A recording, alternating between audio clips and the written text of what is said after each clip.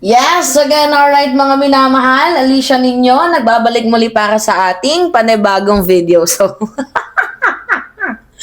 naisahan nga talaga, nabudol, mga minamahal ang mga DDS.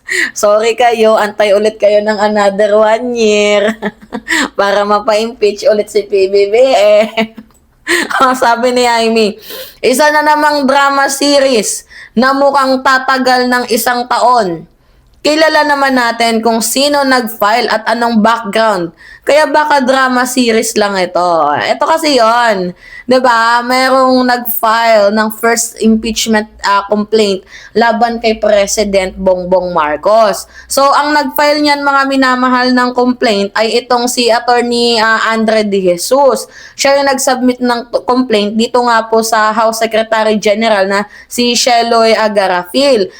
Inendorso din naman ni itong si Deputy Minority Leader and Pusong Pinoy Party List na si Jet Nisay. Ngayon ang problema kasi, nahalugat itong abogadong to. Napag-alaman na dati pala itong lawyer ni First Lady Liza Araneta Marcos nung sinampahan nila ng disbarment case. Ito nga pong si mga minamahal Attorney Glenn Chong. Ay! Sakit sa bangs. Nilaro, binudol, pinaikot-ikot, at dinurog-durog. Anyway, basahin natin. Sabi dito, from defender to complainant, lawyer who filed impeachment versus Marcos also defended F. Elisa. Noon na, tuwang-tuwa sila. Eto na! Ang kabagsakan ni Marcos, eto na, malapit na. Nagpupunyagi, nagpupugay sila. Diba, ang dami nilang ginagawa, parang early celebration, yung atake mga minamahal nitong mga nitong mga DDS na to. Nung napag-alaman nila na itong abogadong to ay dati palang abogado ni F. Elisa, bigla silang nagalit. Naghimutok, parang naghihimagsik, mga minamahal. Sabi ba naman, magkanong binayad sa'yo ni Liza Tanas? Bayaran, scripted, planted. Diba? Naku po, ano kaya yung sabi na nag-comment dito. Some are smarter than others. Next year ka na lang. Diba? Another 1 year na naman. Pero anyway, mga minamahal, hindi naman di porket naging dating kliyente ni Attorney De Jesus. Diba? Itong si First Lady Liza Araneta Marcos ay may connection pa sila.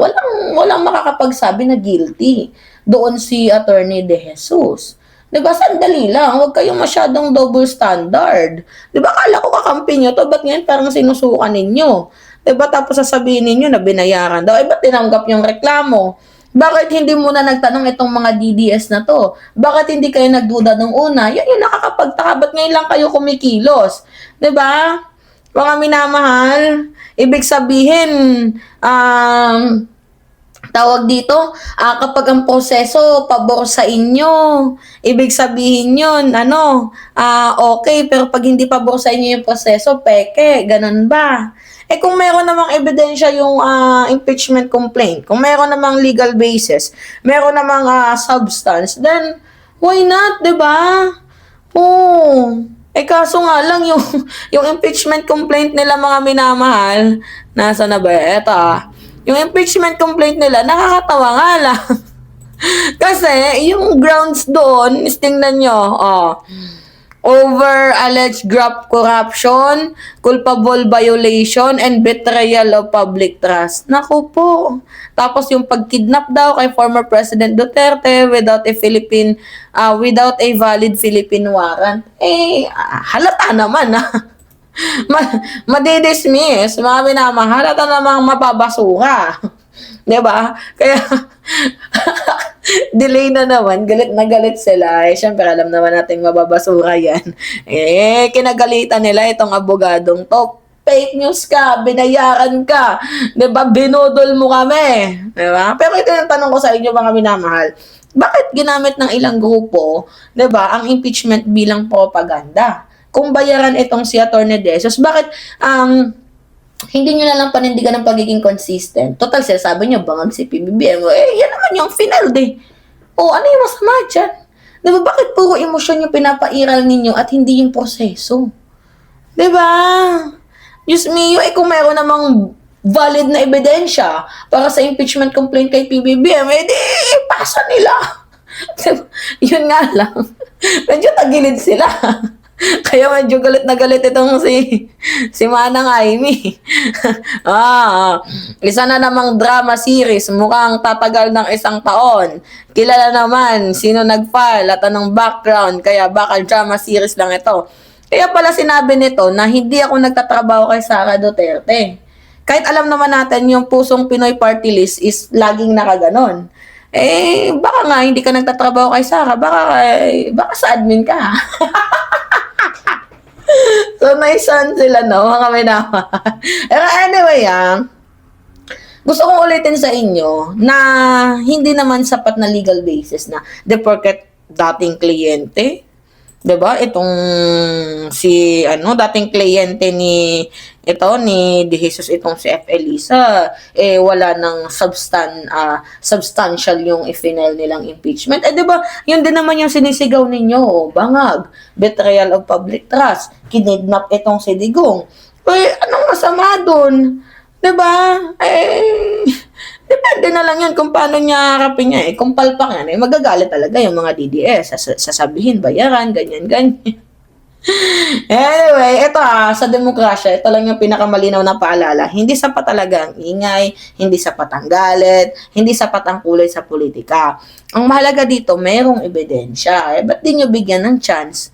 'Di ba? May proseso naman tayo. Consistent naman ata siya. 'Di ba? Kaya siguro ata na kayo ko. Kasi ito literal na walang takas. Kasi isa to sa mga pinapakasuhan ng ICI. 'Di ba? Oo, 8. Isa siya sa mga 8 na pinapakasuhan ng ICI. Ito yung walang takas. Pero ito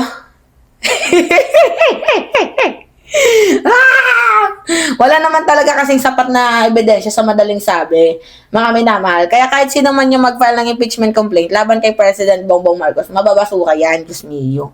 Oo, ito din yung lawyer ng Pastillas Oo, yung Pastillas scam, diba? Pastillas budol, na inimbestigahan din dati ni Senator Loren Legarda dahil sa issue ng pa-VIP treatment, hinihingan daw ng 10,000 ng mga kliyente nito yung yung 'di ba, yung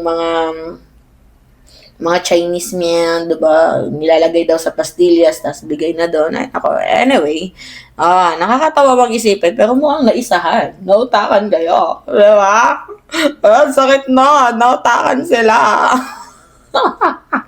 Pero yung kay Sara, wala na yun. Wala na yun. May naman. Stay put lang tayo sa mga eksenang ganap. Anyway, it's me again, Alicia ninyo. Nagbabalik muli para sa ating panibagong video. Sa mga subscriber natin yan, pengi ako ng likes, comments, and share. At sa mga Team Reply, maraming salamat sa walang sawang pagsuporta dito nga po sa ating munting channel. Yun lamang po at ingat, mga kababayan.